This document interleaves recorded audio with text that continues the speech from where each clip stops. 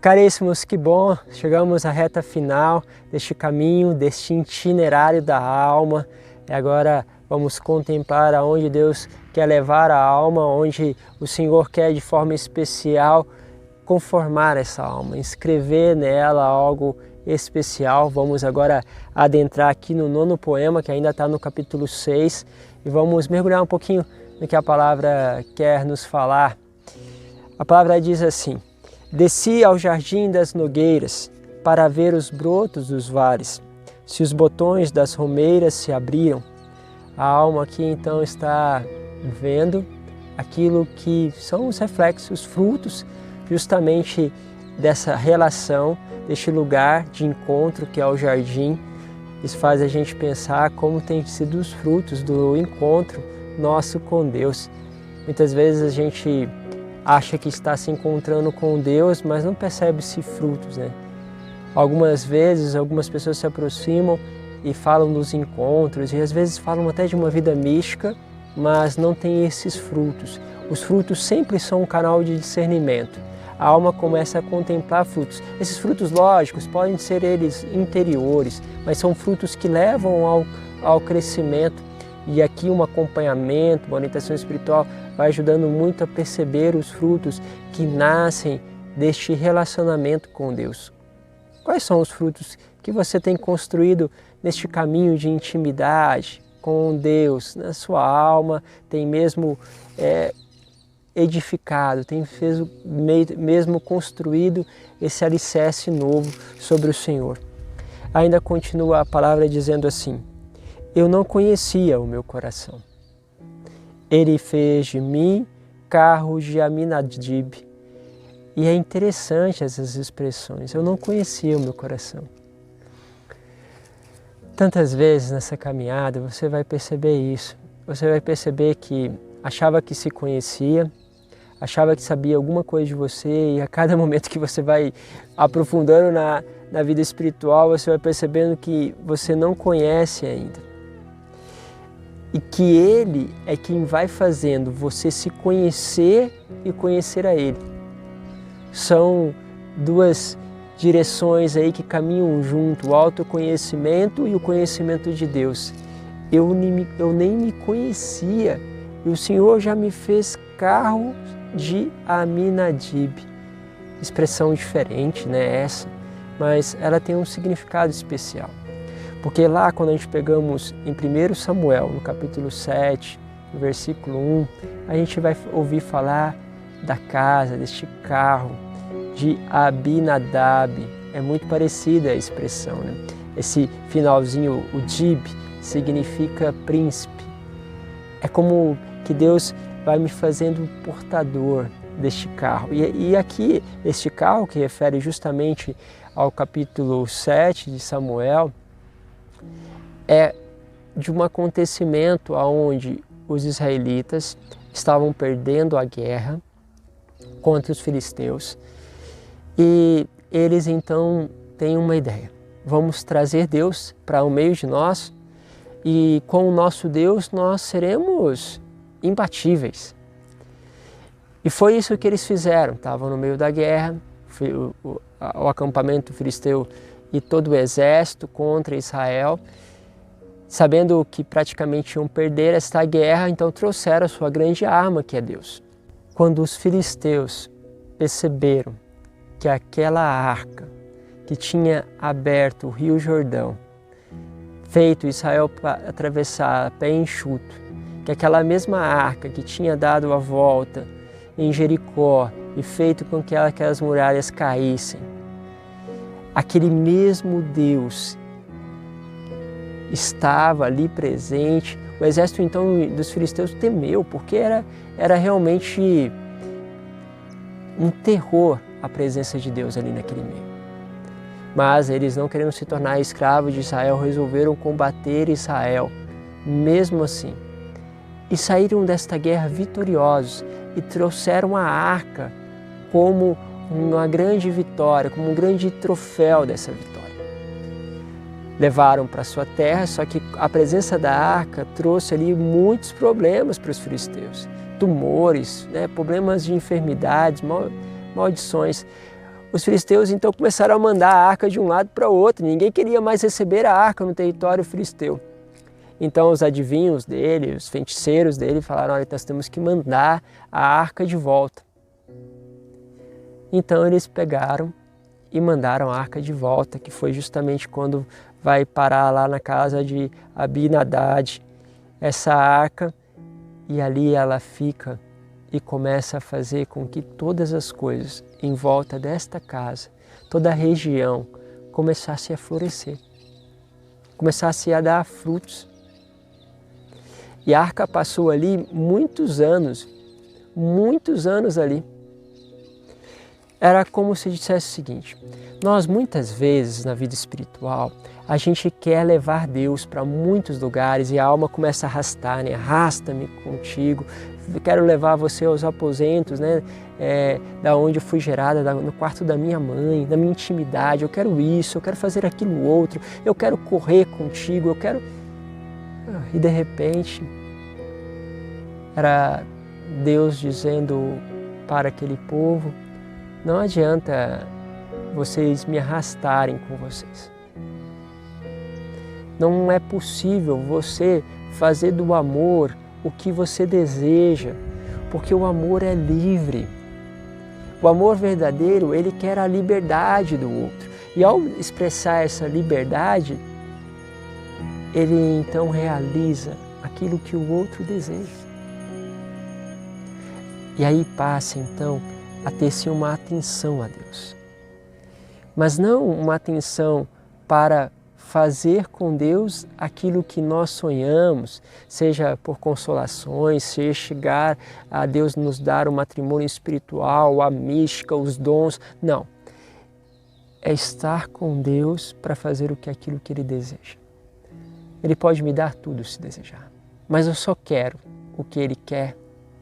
Eu só quero aceitar todas as coisas que Ele pode me dar, esses dons extraordinários, intimidade extraordinária, se este amor desejar. Não adianta eu arrastar Ele para as minhas guerras, para os meus conflitos. E quando Ele fica ali na casa deste grande homem por muito tempo, é como dissesse o amor agora está aonde Ele deveria estar, de onde Ele nunca deveria ter saído. Senhor, como diz os santos, eu quero o que Tu queres, quando quiseres e aonde queres. Não sou eu que determino. Vem para cá, faz isso, faz aquilo outro. Simplesmente a alma começa a entender. E antes que eu me conheço, o Senhor já me fez portador da Tua presença. Aquele que leva a Tua presença. Você é essa pessoa que leva a presença de Deus. Você tem que tomar posse do que significa isso. E significa que aquele que leva Deus, você precisa ir aonde Ele quer que você esteja. Tem um pregador famoso, David Wilkerson, que pregou há muito tempo em relação às gangues de rua. Tem um filme famoso sobre ele que chama A Cruz e o Punhal. Esse homem pregou por mais de 60, 70 anos. E quando chegou no fim da vida dele, nos períodos finais, quando ele ia pregar, ele ficava se perguntando, Deus quer que eu vá pregar? Porque é uma coisa boa, é óbvio, Ele quer, parece que Deus quer isso, mas será que Ele quer mesmo? Quer que eu fale sobre isso? E ele falou que começava agora a mudar os planos se ele percebesse que Deus não queria que ele fizesse algo. Ele falava assim, agora eu não fazia os meus planos simplesmente porque tinha programado fazer. Eu fazia os planos que eu percebia que Deus desejava que eu fizesse. Os planos que você faz hoje são os seus planos e você quer que Deus te acompanhe? Quer levar Deus, arrastar Deus para estes planos? Ou os teus planos são os planos de Deus? E isso vai começando a fazer total diferença, porque o amor agora não permite mais querer arrastar Deus para os seus projetos, mas quer ser arrastado no sentido de que deixa que Deus venha e eu vou aonde Ele quiser. E se Ele quiser permanecer aqui, aqui nós ficaremos. Se é neste estado de vida espiritual que Ele me deseja, aqui ficarei. Se Ele quiser me levar até as últimas moradas, Senhor, que maravilha, aí irei. Mas amarei as provações e as consolações com a mesma intensidade, porque é o amor que o Senhor está querendo me dar. É o que o Senhor deseja para mim. Começa então a entrar esta loucura. Depois então a palavra de Deus continua dizendo assim: volta-te, volta-te, Sulamita, volta-te, queremos te contemplar. Mais uma daquelas relações que agora a gente acabou de ver. Sulamita lembra a Sunamita, né? Muito próximo aí. Sulamita lembra a Sunamita, que é aquela mulher encantadora que está lá em Reis, que encanta Davi nos seus últimos dias, que Davi vai se colocar no peito desta mulher para descansar nos seus últimos momentos. É a mulher que depois vai encantar os seus filhos. Uma mulher bela, encantadora. Mas agora ele modifica e coloca esta Sulamita, que significa a pacificada, a Shalom, vamos dizer assim, aquela que encontrou a paz, a pacificada. E aí agora nós temos uma mistura interessante. A beleza e o encanto para a alma é a pacificação. Porque esta alma, como eu acabei de dizer, já não faz diferença entre as consolações e as provações. E ela vai desejar muitas vezes até mais as provações, porque nas provações ela sente que Deus está mais sozinho e ela quer estar onde Ele está, fazer o que Ele quiser. E se não tiver nenhuma alma que deseje isso, estar com Deus, aonde Ele mais sofre, ela vai amar estar neste lugar, porque ela quer estar com Deus, estar aonde Ele deseja que ela esteja. Começamos um desafio, algo novo a essa alma. Então ela se torna então uma bela, encantadora e pacificada alma. Meu Deus, como tudo isso leva-nos então a entender aquilo que o Senhor vai dizer várias vezes no Cânticos. E aqui, quando a gente vai adiante, lá para o 10º poema, e aqui a gente vai tendo uma intercalar entre as palavras da amada e do amado. De repente, quando nós chegamos lá no versículo 4, capítulo 8, ouvimos mais uma vez: Filha de Jerusalém, eu vos conjuro, não desperteis, não acordeis o amor até que Ele o queira. Entende? Que todo este percurso vai fazer com que agora não Deus diga, mas a alma diga: não desperteis, não acordeis o amor até que Ele o queira. Deus, vai como o Senhor deseja, faz aquilo que o Senhor deseja. Eu estou aqui, te esperando, estou com este amor que deixa tudo livre para que você possa pastorear as Assuncenas, livre para que possa percorrer tantos lugares, livre para que possa me deixar muitas vezes aqui na desolação, livre porque eu continuarei amando a Ti, independente daquilo que aconteça, independente das circunstâncias, vamos dizer assim. O amor então começa como que a soprar, a impulsionar a alma que, pacificada, já não encontra então aquelas dificuldades iniciais, mas encontrou um relacionamento de unidade. E aqui nós encontramos a beleza do matrimônio espiritual. Já não sou eu que vivo, é Cristo que vive em mim. Já não sou eu que vou para lá e para cá, é Cristo que vai em mim. Já não sou eu que busco isso, que vou pregar, que vou viver consolações ou desolações, mas é Cristo que vive isso em mim, porque me tornei um. E isso eu encontro a alma pacificada. É o grande busca, depois se a gente for ver na tradição da Igreja dos Santos Padres. Encontrar a alma pacificada. Ela já não vive sob as circunstâncias da vida, ela não vai mais de vai e vem. Ela se tornou uma rocha com aquele com que ela se consagrou, se entregou e se tornou um. Por isso, a morte já não é problema, já não é um fim, já não é algo a temer. A morte é um encontro com aquilo que já se vive aqui.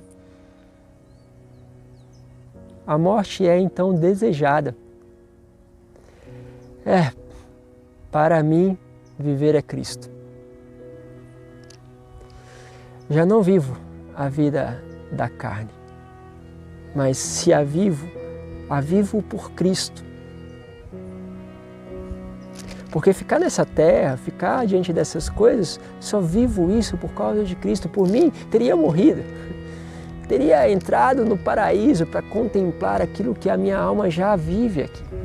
Para viver mais perfeitamente aqui que eu não posso viver por causa da precariedade, das limitações que eu encontro em mim mesmo. Então a alma já não tem mais medo. Há como que um sinete, um selo nessa alma que abre já as portas da eternidade. Por isso, quando essas almas chegam no céu, elas consolidam aquilo que já vivem aqui. E por isso são preciosas aos olhos de Deus tal almas. Tal almas têm uma força extraordinária por fazerem sempre, buscarem sempre esta vontade de Deus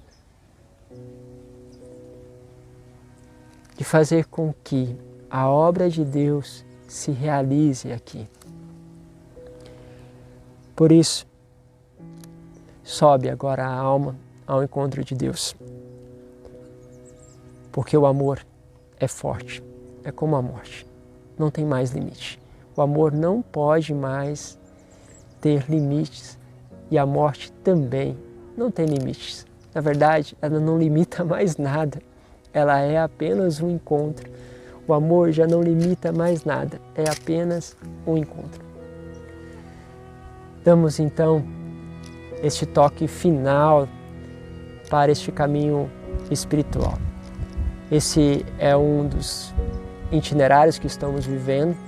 Queremos partilhar outros momentos, outros itinerários e cada mês, cada semana a gente quer apresentar uma novidade para você. E quero que você possa compartilhar com outras pessoas, comentar aquilo que também foi luz, porque também vamos aproveitar esses momentos em que eu coloquei o nome de diálogos espirituais para poder aprofundar, falar um pouquinho mais de alguma coisa que tenha tocado da luz de Deus enquanto você refletiu. Lembre-se, não são as grandes coisas, nem o excesso de coisas que nós ouvimos, mas o quanto nós nos determinamos a ouvir e a refletir e a perceber, sobretudo, aquilo que Deus está falando conosco. Então, eu te convido sempre, reflita sobre tudo aquilo que Deus falou contigo, porque Deus vai muito mais além do que as minhas palavras, Ele vai muito mais além do que a gente pode imaginar e a cada um fala de um modo e aprofunda de um modo. Estamos juntos nesse itinerário. Muito obrigado por você que nos acompanhou ao longo dessas semanas todas. Meu eterno agradecimento, porque valoriza também esses pequenos esforços que a gente vai fazendo para poder tocar um pouquinho daquilo que Deus deseja para você e, como eu disse, também para mim. Para mim, porque nós fazemos o caminho juntos. Deus abençoe, Fiquem com Deus, em nome do Pai, do Filho e do Espírito Santo. Amém.